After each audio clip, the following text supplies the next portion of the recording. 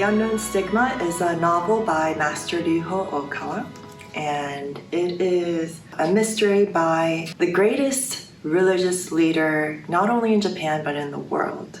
It is a mystery novel set in the Tokyo underworld with everything that you can think of, insights into how the Japanese police department works, insights into even the Japanese Ministry of Defense, because this grows into something bigger than just a crime story, but also about a nun in the midst of all of this. Can a sacred person, a holy person, survive and remain holy in this kind of environment?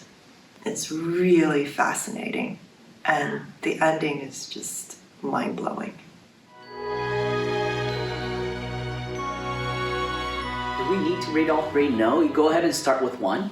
This is a page turner. It's like you will not be able to put it down, because as every good mystery novels, it makes you think, all right, what's gonna happen next? Why did this happen?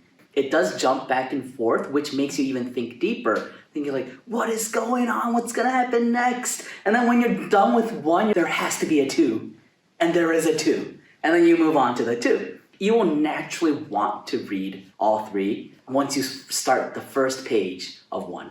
That's how I felt. Master Ryuho Okawa actually gives a talk about this novel that he put out, and he explains that there are so many books and mystery novels that are about hell, and it just leaves you kind of nauseous at the end. Just go out into the city and you have a darker view of the city because you've just explored the darker sides of human beings. And so he wanted to present a different kind of novel, a different kind of mystery, and leave you seeing the world in a different way. But that doesn't mean that this novel is happy-go-lucky, goody-goody kind of thing. It's not like that. No. It really goes into the Tokyo underworld. There is Yakuza action. Very gritty. And yes. Pretty gritty. Yes. And I wouldn't say it's gory, but if you made it into a movie, you probably can make it so. But what's amazing it's about... It's just realistic. Absolutely the realistic. Character, descriptions, how they're not all good, they're not all bad either. Like in a religion, usually it's something that you seek for an ideal perfectionism, kind of a personality or a character, but that's not there. It shows like the dark, really human side of humanity and characters, right? But within that, the light still shines in the darkness, and true love does prevail. It's like a roller coaster, but in the end, you feel so good after reading this. That's a good question. I mean, it's a mystery novel involving a nun. Stigma is a very Christian word. But it's really fascinating because you actually learn about different religions. It's not preachy at all, but the information about Japanese Shintoism and its history with exorcisms and spiritual phenomena, or Buddhism as well, and its experience with female Buddhist nuns kind of woven into the story. So you've become more cultured, actually, through reading this book, religiously as well. It's fascinating. If you read this and if you have a cultural background, oh my God, it's going to take you in so deep. As Ari said earlier, I don't think any single sentence in this novel was preachy at all. It's a novel. And in fact, you almost want him to preach a little bit more because you're so fascinated with what he's telling you, but the pace is so fast, it's just on to the next thing.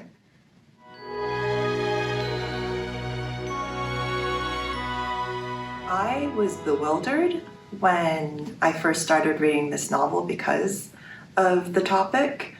I had no idea where it would go, but by the end of it, I really honestly felt, I closed the book and I thought, oh my goodness, all the women out there, they would love to read this. This is happening at a time that's only shortly after the Me Too movement. And also in 2022, abortion has become a very hot topic again. I find it really, really significant that a religious leader is daring to tackle this issue of sexuality and sex crimes. In Christian traditions, it's long been something that has really caused women to be made to feel defiled, and therefore there's no salvation for them. And that's why I think in the Western world, we've swung towards the opposite direction completely, 180 degrees. But here, he shows how salvation can actually work. There's a huge message of hope here. That's how I felt. When there is a sex crime, there is the sort of consequences that we see usually in the news is you go to jail or the police catches you. But since a religious leader is depicting what a sex crime is, he talks about the spiritual consequences.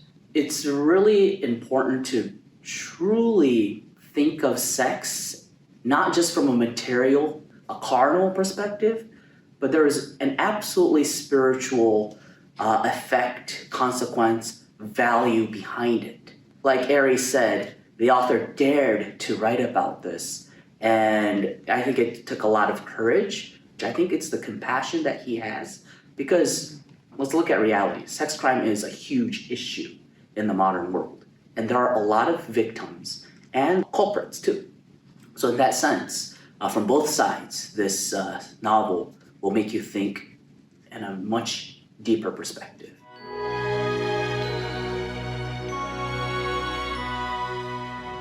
This novel is pretty much set in 2022, I believe. He talks about the coronavirus pandemic. He talks about the Ukraine-Russia war. And of course, because he writes about the underworld in Tokyo and sex crimes, I think a lot of people will be able to see the same darkness that he is describing in the world of this novel in their own countries, in their own cities. And when I talk to people on the streets today, their feeling is we're headed downhill. Nobody is super hopeful for the future. But there is a light within all of this. And that's what he not only shows, but makes you really feel. So this is a book really worth reading.